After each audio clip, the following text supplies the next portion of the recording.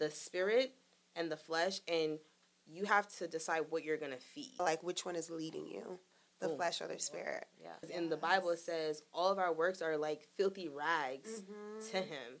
So you could be saving them, saving Africa and giving them food. But if he does not have your heart, it doesn't really matter. I have to show up for my friends. I have to show up for my family. I have to show up for my kids. I have to do this and do that. And by the time you're in your bed, you're like, I'm too tired. I'll try to wake up early in the morning. You don't wake up. You're oversleeping. You're hitting your snooze. And before you know it, it's like, you don't have time. All the time is gone. You're hitting the snooze. Well, listen, me and the snooze, we have like, I feel like I'd be cheating on God with my snooze button. Like, you just have to be humble. You know, sometimes you just have to say, you know what, that is me. And I was doing that. Or I am doing that. And Lord, I need you to come in and I need you to turn things around. The Lord just wants to be with you. He just wants to spend time with you. Nothing feels better when you're in the will of God, when you know you're not in a dry season, you're in wherever he wants you to be. And we don't even deserve it. That's my dad. That's my dad. We don't deserve it.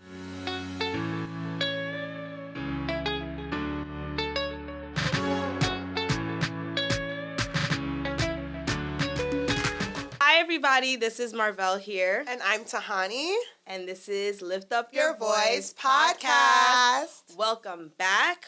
Today, we are going to have a really good talk. This is going to be talking about like how we navigate our dry seasons, okay?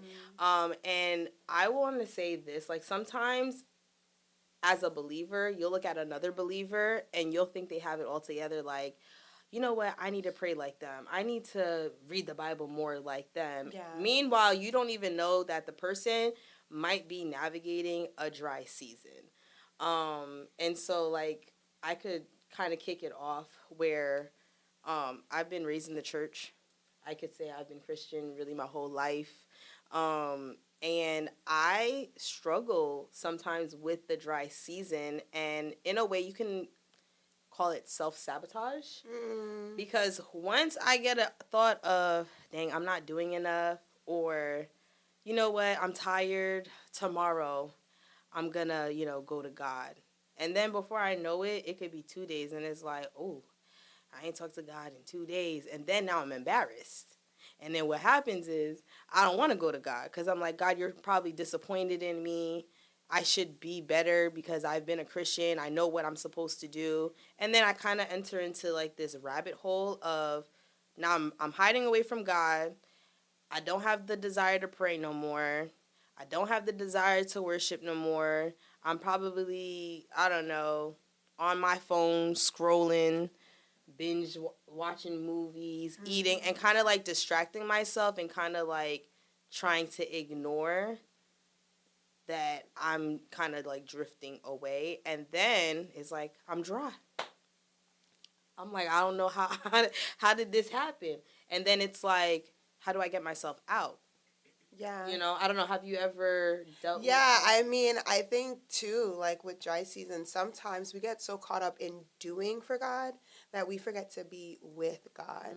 Like sometimes I feel like we think that if we're like serving in the church, that will cover us. Like if we're like praying on a prayer team, that'll cover us. Like if we're like singing on worship, that'll cover us. Yeah.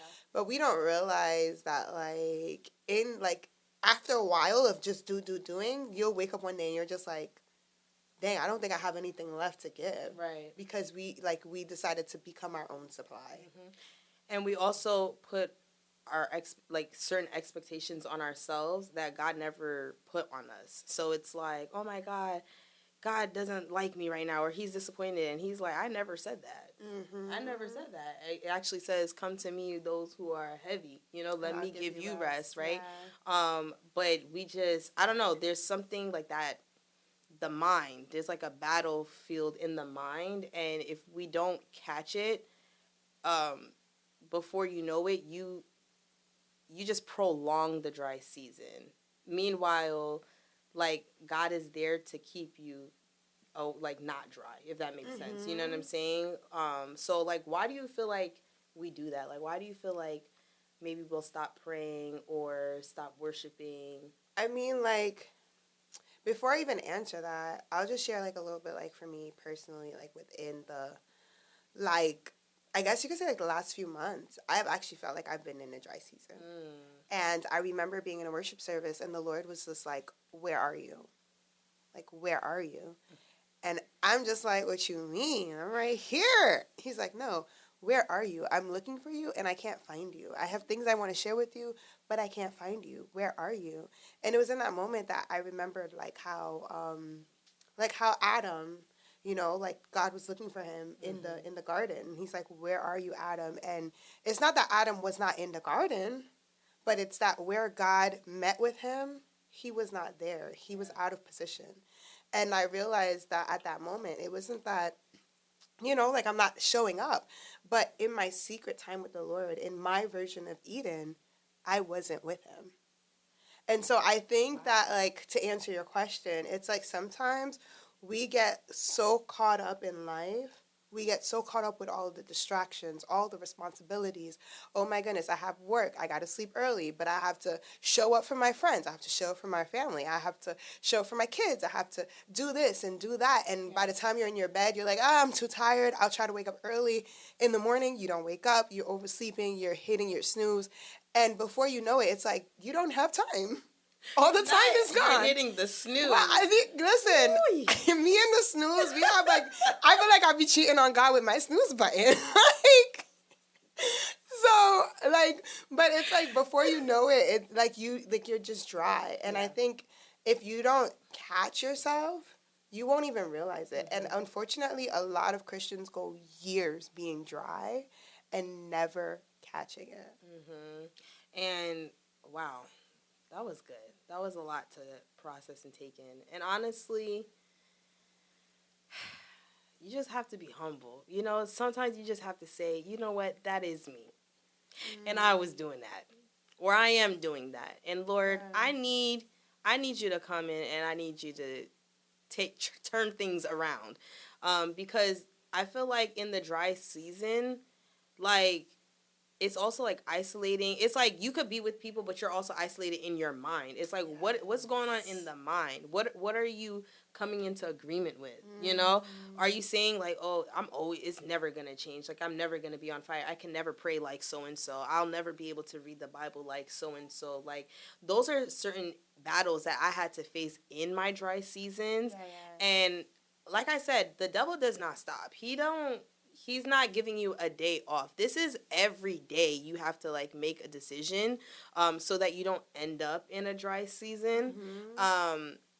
And so like with that being said, I have to like think about these things and I'm like, oh Lord, what am I going to do? And I think being around good community or being around other people who are on fire for God is really, really, really helpful because when you're down, like that person in a way could pick you up. You know what I'm saying? And I think that's so important because you never know what people are going through. Like even though they're showing up, you don't know what people are going through. And like, I don't know how to explain that. Like, by also being humble and being honest and saying, Jesus, I need you, or telling someone, hey, I have not been praying. I don't know what's going on. I need some accountability. Because sometimes like my circle or the people that God has in my life, my leaders, they shake me up. They shake me up not to be, not to give God just anything. Because it does come with a cost, because it's easy. Like anybody can spend like 2 hours on their phone easy, right? But it's like, it costs. It costs to know what God's voice is saying because you're going to have to shut that down, right? But like when I've been in the dry season, I'm overcomplicating things. I'm making up my own expectations, my own rules. I'm saying what God is like and what he's not, and it's like, no, get in that Bible, go to church, get around community, go around someone who is praying. Like sometimes there were seasons in my life where I didn't feel like I had the courage to pray, but just listening to somebody else pray was helping me to start opening up my mouth again. Yeah, yeah. You know? And so I feel like also with the dry season, it's like go back to the basics. Yes. You know? Just, yeah, the basics. Like thinking about what did I do before? Like, how did I get myself to that place where I was? And just redoing that. I think a lot of times we get so legalistic with like what we do that we're just so caught up in like the little tiny details. Like, oh my gosh, I can't spend 15 minutes this time, so I'm just not gonna do it at all. That's good. And it's like, that is good. Even 5 minutes with the Lord is something. It's something. And I mean, I got caught up in that where it's like, okay, I need to give him an hour. And if it's not an hour, I'm just like, dang, I didn't really spend time with him. Like, I don't really. Failed. Yeah, I don't have that connection. And then I just start like battering myself up. But it's like, no, you took 5 minutes to be with the Lord and like celebrating the win. Like, that's a win. Like, you like was like, okay, I'm not going to watch this to be with the Lord. Like, all those little things just add up. Yeah. And I think like when it comes to dry seasons, just like kick starting up with just that. Yeah. Like 5 minutes, 3 minutes, 2 minutes. I love that because sometimes it's like, who said that? Like, who said you if you spend an hour, that means you're a great Christian? Or if you spend an hour reading the Bible, oh, now you're on like the dean's list for God, you know? And when I did do those things of like, you know what, 2 minutes, or you know what, I could be having lunch right now, but I'm just going to use this lunchtime because this is my only time really today where I'll have, you know, some free time for myself. I'm going to use that instead to pray and just to, I think it's just your heart, like your heart posture and just humility. Like now I feel like I have a good handle of anytime I feel like I'm slipping, I immediately just go to God like, I'm sorry. Like I don't know if it's in my mind. I don't know if I'm overthinking this right now. I don't know what's going on. I feel like I need emotional stability, but Lord, I need you. And I think that immediately I get peace. And something else that in like the dry seasons, like you were saying, like if it's 5 minutes, like just giving God my heart. Like, Lord, I know I'm not good. I know I'm not the smartest. I know I'm not I didn't go to theology school, but I want to be pleasing to you. Yeah. And I need you to help me because I know I can't do it on my own. I know you need to do the work in me because in the Bible it says all of our works are like filthy rags to him. So you could be saving them, saving Africa and giving them food, but if he does not have your heart, it doesn't really matter. And I feel like to come out of a dry season, intimacy with the Lord in different steps, which we could talk about, it really helps. But if you find yourself like, I'm gonna go on my phone, or I'm not gonna go to church this week, or I'm okay with praying, and you see you're getting even comfortable with that, get it together. You need some oil. You need to stir up your fire. Yeah. Because you don't wanna lose God's presence. Like, you know what I'm saying? You don't want to get so used to not being in his presence or not being close to him. Yeah, you know? Yeah. And there was something that you said that like I wanted to piggyback on when you mentioned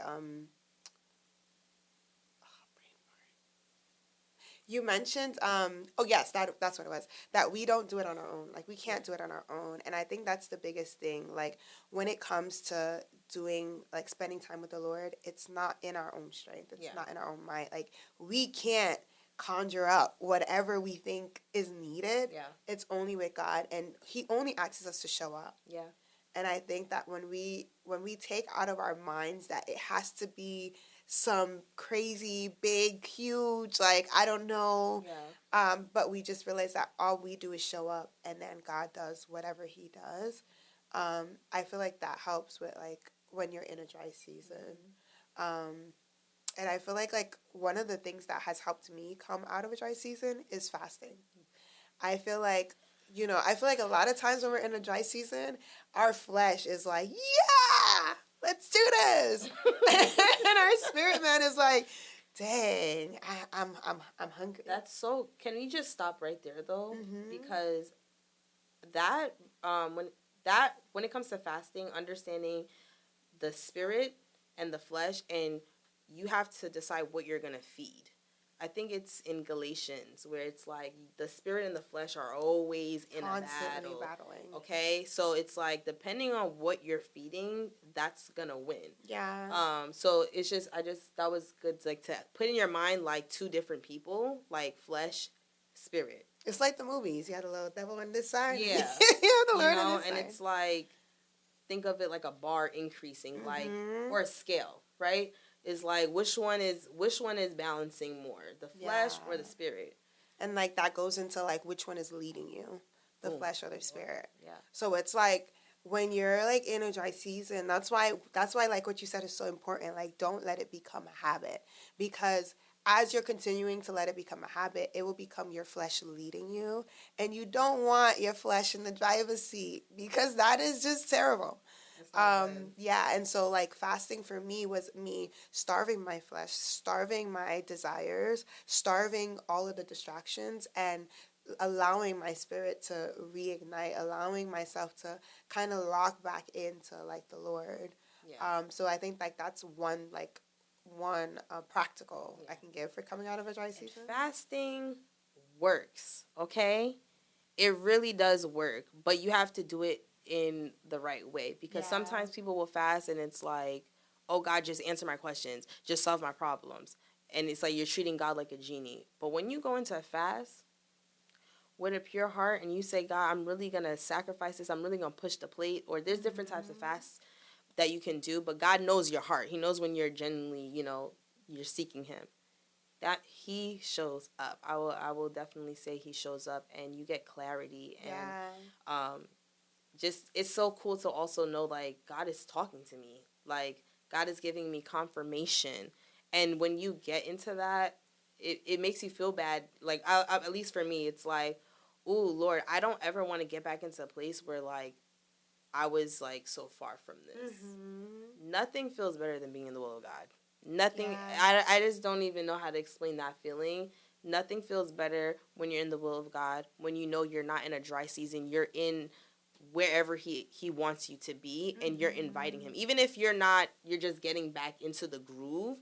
It's like, wow, it's so nice that, today I did better than yesterday. Like I was just telling you about me being consistent with even like reading a little bit every day of the Bible. Like I never thought that would really be possible. And it's like, oh shoot, do I know the whole Bible yet? No, there's still more that I need to learn. There's still more that I need to read. But, like, I did not do that last year. Yeah. Okay? And when I talk, there's scriptures that come up, and I'm like, oh, my God. Like, that's why they say to read the Bible. You know what I'm saying? So, we don't need to. And then I will say the Lord has also made me more childlike, too. Like, I feel like in the dry season, it's like you're trying to be in control. You're trying to navigate everything. And there's something about like, Lord, when you're saying like, Lord, I need you, it's like you're a child talking to your father, like, I need water, I need food, I need my diaper to be changed.